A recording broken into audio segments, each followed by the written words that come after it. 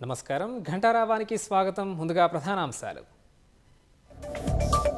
కంచె గచ్చిబౌలి భూములపై సాధికార కమిటీ చర్చలు, ఉన్నతాధికారులు, హెచ్సియు, విసి తదితరులతో సమావేశాలు.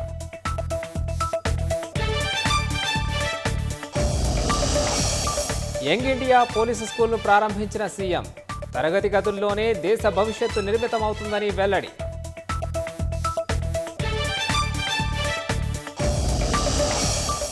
మూసీ పునరాభివృద్ధి కోసం సబర్మతి నది అధ్యయనం, పార్టీలకు అతీతంగా జీహెచ్ఎంసీ బృందాన్ని తీసుకెళ్తామన్న మంత్రి పొన్నం.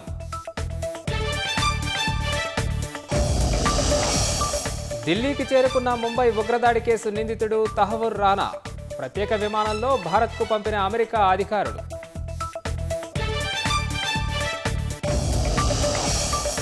డొమినికన్ రిపబ్లిక్ నైట్ క్లబ్లో 184కు చేరిన మృతులు, శిథిలాల కింద చిక్కుకున్న వారిపై సన్నగిల్లుతున్న ఆశలు.